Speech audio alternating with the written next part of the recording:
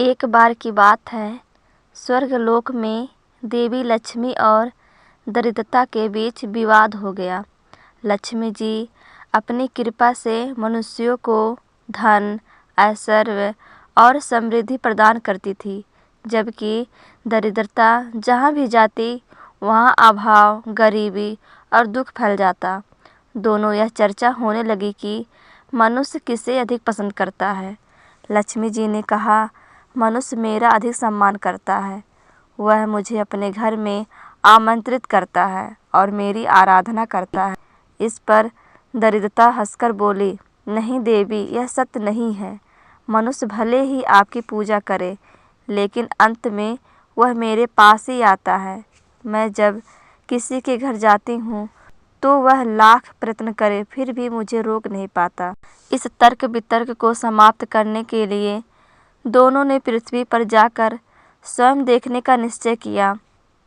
लक्ष्मी और दरिद्रता पृथ्वी पर एक नगर में पहुंची।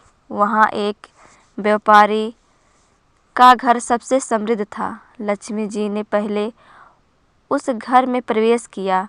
उनके आते ही घर में आनंद छा गया। व्यापार बढ़ने लगा। परिवार के सदस्य हर्षित हो गए और हर तरफ समृद्धि देखने लगी। लक्ष्मी जी ने देखा कि घर में रोज उनकी पूजा होती थी। लोग उनका आदर सत्कार करते थे। वे संतुष्ट होकर बोली, देखा, लोग मुझे कितना प्रेम करते हैं। लेकिन दरिद्रता ने मुस्कुराकर कहा, अब मेरी बारी। वह धीरे धीरे उसी घर में प्रवेश कर गई। अचानक व्यापारी का व्यापार ठप होने लगा। चोरी हो गई, कलह बढ़ गई और बीमारी फैलने लगी। लक्ष्मी जी ने देखा कि अब घर में निराशा छाने लगी।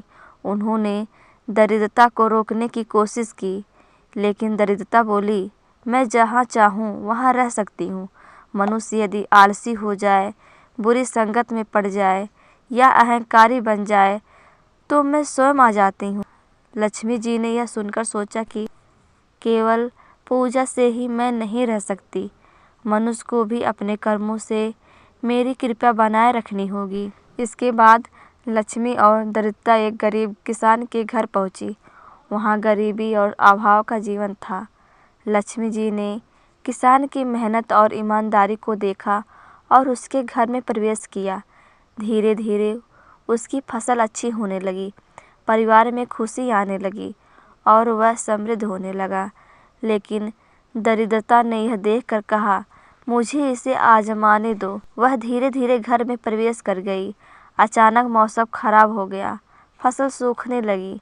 घर में बीमारियां फैलने लगी। लेकिन किसान ने हार नहीं मानी। वह ईमानदारी और मेहनत से काम करता रहा, भगवान का नाम लेता रहा और किसी भी बुरे कार्य में शामिल नहीं हुआ। लक्ष्मी जी मुस्कुराई और बोली, देखो, यह मनुष्य अपने अच्छे कर्मों से तुम्हें रोक सकता है। यह चाहे तो तुम्हें अपने जीवन से बाहर निकाल सकता है। दरिद्रता को यह सुनकर समझ आ गया कि केवल अवसर देखकर मनुष्य के जीवन में प्रवेश करना पर्याप्त नहीं। यदि मनुष्य स्वयं सतर्क रहे, कर्मशील और सदाचारी बना रहे तो वह दरिद्रता को दूर रख सकता है। इस यात्रा के बाद लक्ष्मी और दरिद्रता वापस स्वर्गलोक लौट आईं। लक्ष्मी जी ने कहा, अब तो यह सिद्ध हो गया कि मनुष्य मुझे ही पसंद करता है। दरिद्रता ने उत्तर दिया, हाँ देवी, यह सत्य है कि मनुष्य आपको चाहता है, आपकी पूजा करता है। लेकिन यदि वह आलसी, अहंकारी, लोभी और अधर्मी बन जाए तो मैं स्वयं उसके पास चली जाती हूँ। लक्ष्मी जी ने स्वीकार किया कि संपत्ति, ऐश्वर्य और धन की प्राप्ति केवल मेरी कृपा से नहीं होती, बल्कि मनुष्य के कर्मों से भी जुड़ी होती है।